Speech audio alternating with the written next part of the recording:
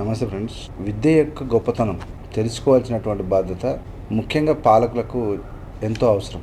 ఎందుకంటే పాలన చేసే పాలకులకు విద్య గొప్పతనం తెలిస్తే ప్రపంచ దేశాలకు భారతదేశం నుంచి నిత్యం లేసే యువతను తయారు చేయవచ్చు. ఈ దేశంలో నరేంద్ర మోడీ పాలన ఎట్లా ఉందంటే, మోటోనికి మొగిలిపూ ఇస్తే గోచిలో పెట్టుకున్నాడంట. మోటోనికి ఒక మొగిలిపూ ఇస్తే వాడు గోచిలో పెట్టుకుని వాసన చూసిండంట. అట్లా ఉన్నది పరిస్థితి. ఇక్కడ నరేంద్ర మోడీ ఆయన విద్యా ప్రమాణాల గురించి ఆయన పరీక్షపై చర్చ అని పెడతాడు. పరీక్షపై చర్చ అంటే ఆయనకు తెలిసింది ఎవడో చెప్పుంటాడు. ఎవడో పరీక్ష రాసే ముందు భయపడొద్దు, ఫ్రీగా ఉండాలి, హ్యాపీగా ఉండాలి, 2 నిమిషాలు కళ్ళు మూసుకొని ఇట్లా చేస్తే ఆన్సర్ వస్తుందంట.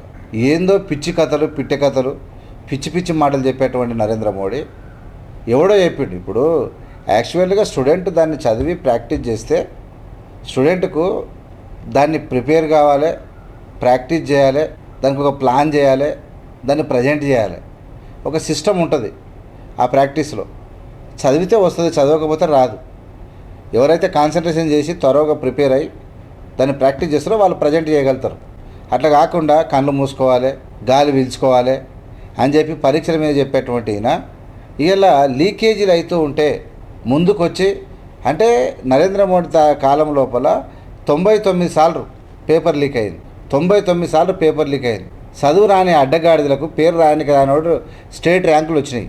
అంటే దేశాన్ని, చదువులను అస్తవ్యస్తం చేసి నాశనం చేస్తున్నటువంటి నరేంద్ర మోడీ ప్రభుత్వంలో ఉంటే కూడా ఈ ప్రభుత్వానికి నిమ్మకి నీరెత్తినట్లేదు, దున్నపోతు మీద వాన కుడిచినట్టే ఉన్నది.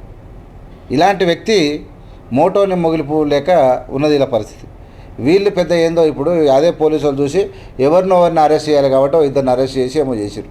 కానీ ప్రధానమంత్రి ఇలాంటి పేపర్ లీకుల మీద మాట్లాడాడు. ఆయన చాక్లెట్ చూపించుకుంటా అవతల ప్రధానమంత్రికి గిఫ్ట్లు ఇచ్చి, నేను మీకు ఎన్ని కావాలో అని పైసలు ఇస్తా, మా వాళ్ళని మోసం చేసినాయి, ఈ దేశ భారతీయులను మోసం చేసిన పైసలు నా దానం వస్తున్నాయి, నువ్వు నవ్వాలి నాతోటి నవ్వి నన్ను గౌరవిస్తే వాయమ్మో చాలా గౌరవం ఉన్నట్టు, విదేశాల్లో చాలా గౌరవం దొరుకుతుందని చెప్పి భారతీయులు అనుకుంటారు, అంతే తప్ప పెద్దగా ఏం ఉండదని చెప్పి ఇలాంటి పనికి మాలినటువంటి పనులలో నిమగ్నమై భారతదేశంలో పేపర్ లీకులు అయినా దేశం ఎక్కడ పోయినా పర్వాలేదు, అయ్యగారు అక్కడిక్కడ తిరిగేటువంటి పనుల్లోనే ఉన్నారు. మొత్తం మీద ఏదేమైనా ఘోరం అయితే ఈ నరేంద్ర మోడీకి సోషల్ మీడియాలో రూపాయి ఫైర్ బైనో డీజిల్ రేట్ ఇట్లా చూపిస్తాయి, ఇట్లా పైకి కిందికి ఇట్లా పెట్టి ఇట్లా ఏళ్ళు చూపించాయి. డీజిల్ రేట్ రూపాయ డాలర్సే పైకి కిందికి. ఇప్పుడు ఎంత అవన్నీ సోషల్ మీడియాలో వస్తుంటే వాళ్ళకు సిగ్గు లేదు, నా శరము లేదు. ప్రజలకేమో సీరియస్నెస్ లేదు. ప్రజలు సోషల్ మీడియా తీసి సప్పరిస్తే చెమటలు పట్టాలి వాళ్ళకు. మతం పేరు చెప్పి సంకలు గుద్దుకురిగా ఏమో చేసినామని. ఎంత డేంజర్ అయ్యా పేపర్ లీకులు అవుతాయా, ఇదెంత డేంజర్. ఇక పెట్రోల్ సంగతి మనకు తెలుసు. పెట్రోల్ రాహుల్ గాంధీ వెరీ క్లియర్గా రాహుల్ గాంధీ చెప్పిండు, ఖచ్చితంగా ఎలక్షన్ల తర్వాత పెట్రోల్ డీజిల్ రేట్లు పెరుగుతుంది. ఆర్థిక వ్యవస్థ ఈ దేశంలో నరేంద్ర మోడీకి తెలియదు కాబట్టి చిన్న భిన్నం అయిపోతుంది, రూపాయి విలువ పడిపోతుంది అని చెప్పి రాహుల్ గాంధీ ముందే ఇప్పుడు ఎలక్షన్ తర్వాత రాహుల్ గాంధీ చెప్పినట్టే ధరలు పెంచేసిండు. 8 రూపాయలు, ఇలా 116 రూపాయలు పెట్రోల్. డీజిల్ సెంచరీ దాటింది, 103, 104 వచ్చేసింది. ఏముంది నీ పాలనలో? మరి అప్పుడు అదానీ అంబానీల లాభాలు రాలేదా? ఎప్పుడైతే క్రూడ్ ఆయిల్ 50%కే వచ్చింది. ఇప్పుడు 100 రూపాయలకు బ్యారెల్ దొరికితే అప్పుడు 50 రూపాయలు, 30, 40 రూపాయలు దొరికినప్పుడేమో మింగిరు, దయ్యాలు మింగినట్టు వచ్చిన లాభాలు ఇవాళ జర్ర మీద పడే వరకు ప్రజల మీద దొబ్బిరు. ఇట్లా ఉన్నది పరిస్థితి. మొత్తం మీద దేశ ప్రజలను నట్టేయడం ముంచడానికి రెడీగా ఉన్నటువంటి, నట్టేయడం ముంచిండు, ఆల్రెడీ రెడీ కాదు, ముంచేసిన నరేంద్ర మోడీ ప్రజల గొంతు వరకే ముంచిండు. మొత్తం ముంచినాక ప్రజలకు అర్థమవుతుంది. మొత్తం ముంచి లోపలి దొక్కినాక అబ్బా అప్పుడు సస్తింగ్ కదా నాయన అనుకుంటారు.